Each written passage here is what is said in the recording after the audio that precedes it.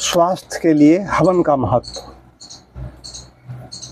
वायुमंडल में जो हम देखते हैं और इस पर चिंतन करते हैं, विचार करते हैं, तो 6 ऋतुएं होती हैं।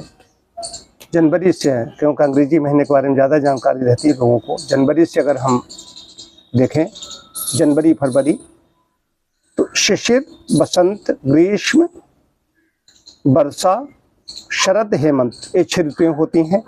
2-2 महीने में एक एक ऋतु होती है। जनवरी फरवरी शिशिर, मार्च अप्रैल बसंत, मई जून ग्रीष्म, जुलाई अगस्त वर्षा, सितंबर अक्टूबर शरद और नवंबर दिसंबर हेमंत, ये ऋतुएं होती हैं। तो इनमें वायुमंडल में कई बार ऐसा होता है कि जैसे वर्षा काल में या बहुत ज़्यादा जब लू चलती है, वहाँ पर भी ऐसे विषाणु कीटाणु ऐसे वायुमंडल में आ जाते हैं जो हमारे स्वास्थ्य के लिए ठीक नहीं रहते, हमारे स्वास्थ्य का नाश करते हैं, स्वास्थ्य को प्रभावित करते हैं।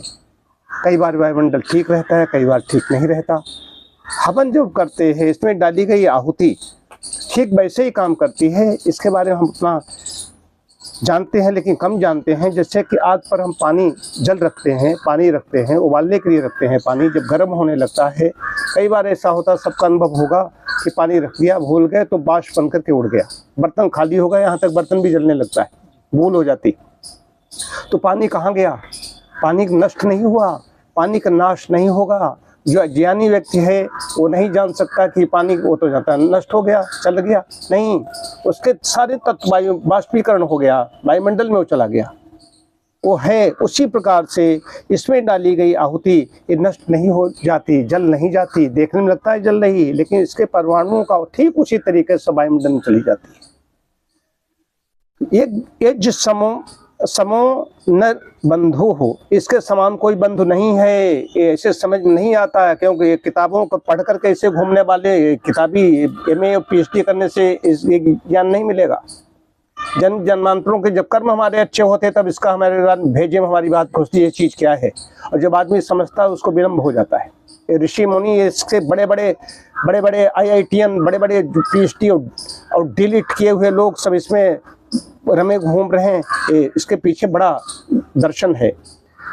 एज की संस्कृत में, ये तो एज की संस्कृत और बताइए, लेकिन स्वास्थ्य के लिए ये एक ऐसा हमारा बंधु है, ये ऐसा हमारा मित्र है जो हमारे स्वास्थ्य की रक्षा तो करता ही है, लेकिन जो आस पड़ोस घूम रहे हैं अन्य लोगों की भी रक्षा करता है।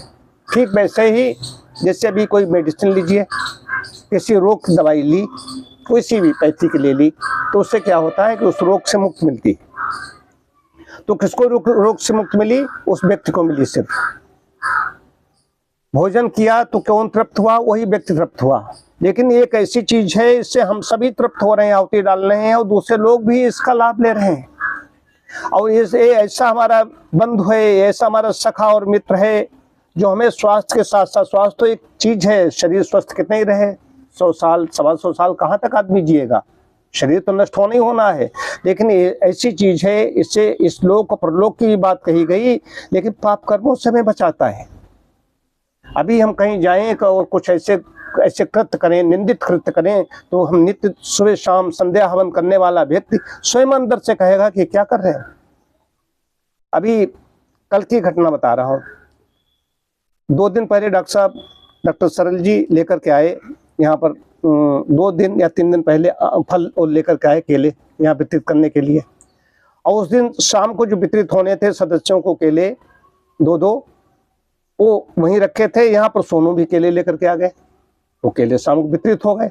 लेकिन जो कहा गया था वो वाले वितरित होंगे, मेरी बाणी थी, वो वाले वितरित यहाँ पर नहीं किए गए, सोनू वाले वितरित हो गए। सुतिन कहा ले आए, हमने नहीं रहने दो, ये वितरित कर देते हैं।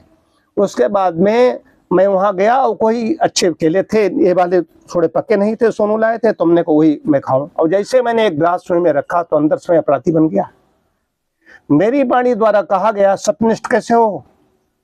वाणी द्वारा कही गई बात, तो उसका मैंने प्रायश्चित क्या किया। कल सुबह के सदस्यों को केले वितरित किए गए और शाम को सदस्यों को जिनको दिए जाने थे उनको डबल केले दिए गए, 4-4 केले दिए गए। इस तरीके से रोकता है, ऐसा सखा है। सखा तो डाकू के भी होते हैं, बदमाशों, चोर, लुटेरे, इनके भी सखा होते हैं। नशेड़ियों के भी होते हैं, आतंकवादियों के मित्र होते हैं। कितने पुलिस टॉर्चर करे वो नहीं कबूलेंगे। मित्र तो उनके भी है, लेकिन मित्र कैसे हैं, चलो सिगरेट का स्मैक का जरा एक सुड़का लगा के आते हैं। लेकिन ये सुखा हमारा ऐसा है जो मैं गलत नहीं होने देता। नहीं, छोटी सी बात, ऐसी लोगों के साथ रोज घटनाएं होती रहती हैं। इस तरीके से रोकता है, हमें पग पग पर संभल के चलना सिखाता है, जैसे हम तलवार की धार पर चल रहे हों। तो स्वास्थ्य नहीं, हमें सब कुछ इससे प्राप्त होता है। ये कामधेनु है। स्वास्थ्य तो सीधा सीधा मिलता है, जितने यहाँ पर टहल रहे हैं वो सब इससे प्रभावित हो रहे हैं। तो इसकी महत्ता मैं भी नहीं जान पाया हूँ। दोनों बार बरसों से करता चला आ रहा हूँ, बरसों से 5 साल में मेरा एक हवन नहीं छोड़ता, लेकिन वो हमें इतना ज्यादा दे रहा है हर तरह से, समाज में, संसार में, आध्यात्मिक शांति, हर तरह से इतना दे रहा है, हमारे सवाल ही नहीं चुक रहा है। परमपिता परमात्मा कृपा जब होती तब ऐसा होता है। सभी का मंगल हो, सभी का कल्याण हो। ओम शांति शांति शांति। सभी को सादर नमस्ते।